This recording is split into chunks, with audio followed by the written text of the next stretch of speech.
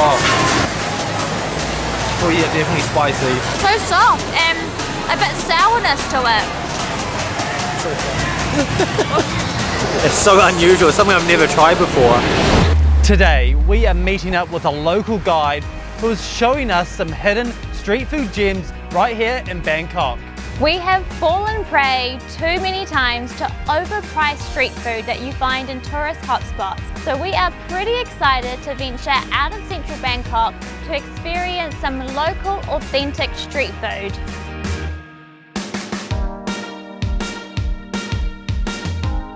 So we are here at the Wat Chai market. Now this market is approximately a 40-minute train ride from central Bangkok. It is known for its amazing local street food, and the food here looks incredible. We have an awesome local guide showing us around today. She is also an amazing chef, so I can't wait to see what she has in store for us. Hello, Sawadika. My name is Noi. I'm a chef and I'm going to be a guide, a local guide of Bangkok, and this tour is a street food tour. I've been in Bangkok, born and raised, and I love the food that we have here. The variety of the street food is incredible. I think we have different cuisines that influence us more so than others. Like now there's more Japanese influences, more Korean influence. Thai food here is extremely tasty, and the Thai people are very, very welcoming. This is our very first little dessert and treat at the market. We've got like a tapioca filled with sweetened radish, and I think there's lots of other little stuff like cane sugar and everything, so I'll give this the first one a go. This is tapioca. Oh, got a little garlic. Oh, very peanutty. And then the other one we've got here, these coloured rice flour. So we've got different colours. This is a butterfly pea. We've got pandan, so that's just the outing of it. The same in a sweetened radish. Oh, that is delicious. So this is 25 baht, and we got about 4 or 5 little balls, little selections of the tapioca and then the rice flour one as well.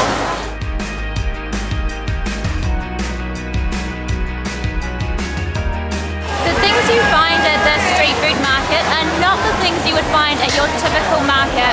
There are a lot of dishes and things that I have never actually seen before.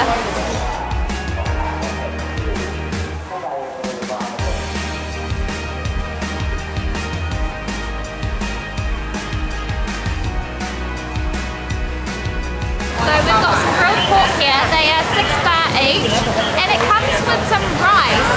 Now what you're meant to do is you're meant to sort of take the rice and get like a little ball of it, a little ball like that. You chuck it in your mouth, and then you go for the pork. That pork is so succulent, and the glaze on it is so nice. Oh, definitely rate that. Oh, definitely. Look at the little meal in your mouth.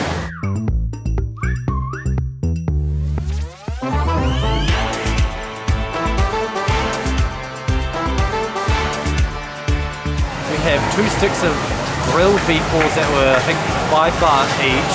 We've got like a sticky, sugary, maybe a spicy sauce on it, I don't really know. The beef is so soft. Oh yeah, definitely spicy. Woo. Imagine like a sweet chili times 5. Nice and sweet, but it definitely has a kick.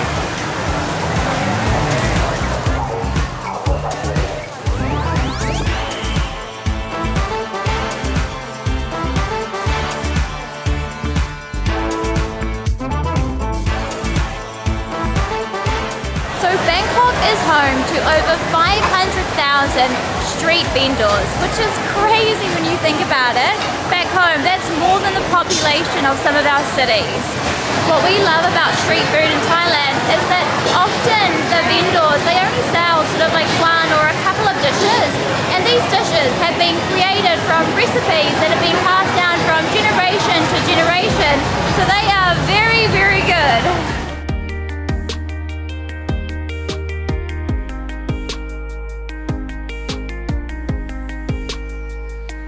So inside the street food market, there's a little sort of shop behind behind me that has a little bit of seating, so we're gonna take a seat and rest our weary legs for a moment and eat some more delicious food. We've got here like a rice noodle vegetarian spring roll with like toppings. It's topped with tofu. Looks amazing.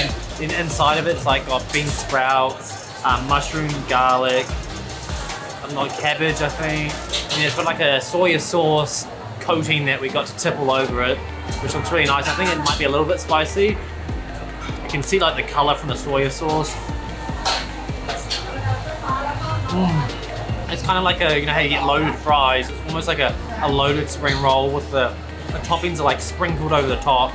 So the spring roll itself is not too much flavor, but the tofu and the garlic on the top, oh, that's where all the flavor is. So this whole bowl costs a total of 20 baht, which is pretty good because it's actually quite filling as well.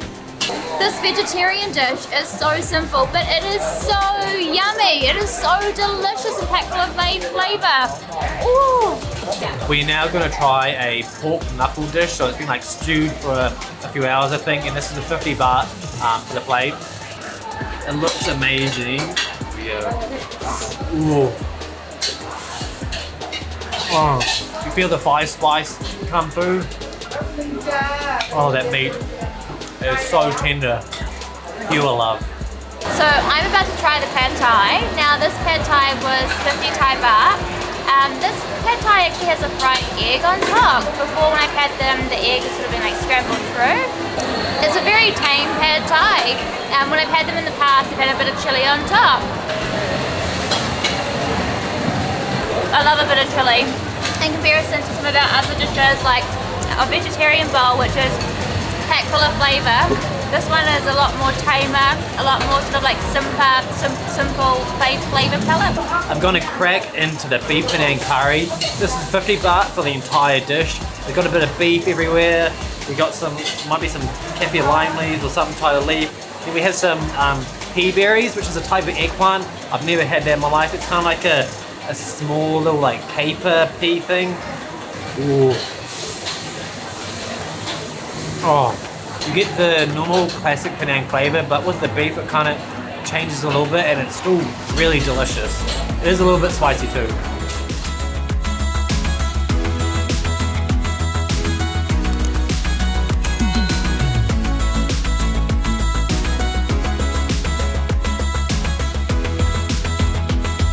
We have some steamed coconut pudding, which I think is 20 baht per little cute package. They come in these cute little leaves and it's got caramelized shredded coconut inside of it. Really like wobbly, like a jelly. Look at it. Oh, so a little bit warm. Oh, so soft, like a pudding. And then the shredded coconut inside gives like a little bit of texture. This is a little bit messy, but really delicious if you like coconut. I mean, it's got that coconut flavor. Who doesn't love coconut? I love coconut. More coconut for me. We have some longgong, which these are peeled. I have no idea what it's going to taste like. This is the kind of what it comes in. This is it's peeled. Kind of looks like a jelly-like see-through fruit. I have no idea what we're going to experience here. Oh, how do I explain that? It's very similar to a grape. It's so unusual. It's something I've never tried before. It's like if you peeled a grape and took off the outer shell of a grape and then ate that. It's very similar. This is called mangosteen. Mangosteen, not mango, but mangosteen. It's delicious. Got a little tart. Go ahead and try. Ooh, so soft and a bit sourness to it. Yeah. Oh, that's really nice. It's like a sour lolly, a juicy, soft, sour lolly. So there's nothing inside. There's nothing. He took out the seed. So what you do is just. We have some fresh jackfruit here. I've only ever had jackfruit as like a pulled pork vegetarian replacement. I've never had it fresh from the market. Oh, so sweet. That is so bizarre. Very sweet. Oh, it's almost like a dried mango-y texture. I don't know how they turn this into like a vegetarian dish. Oh, Wow, that was so different to any other market that we've been to. We were the only foreigners there and everyone was sort of looking at us and like laughing while we're having some bizarre reactions to the fruit. Yeah. The food there was so fresh. Like other markets, you go there and it kind of looks like the meat's been sitting there for like an hour untouched. There, like the food is just so fresh, cooked in front of you, looks great and like tastes even better. So let us know in the comments what your favourite street food is because we would love to know. So don't sleep on that subscribe button, hit that bell And say hi to us in the next video.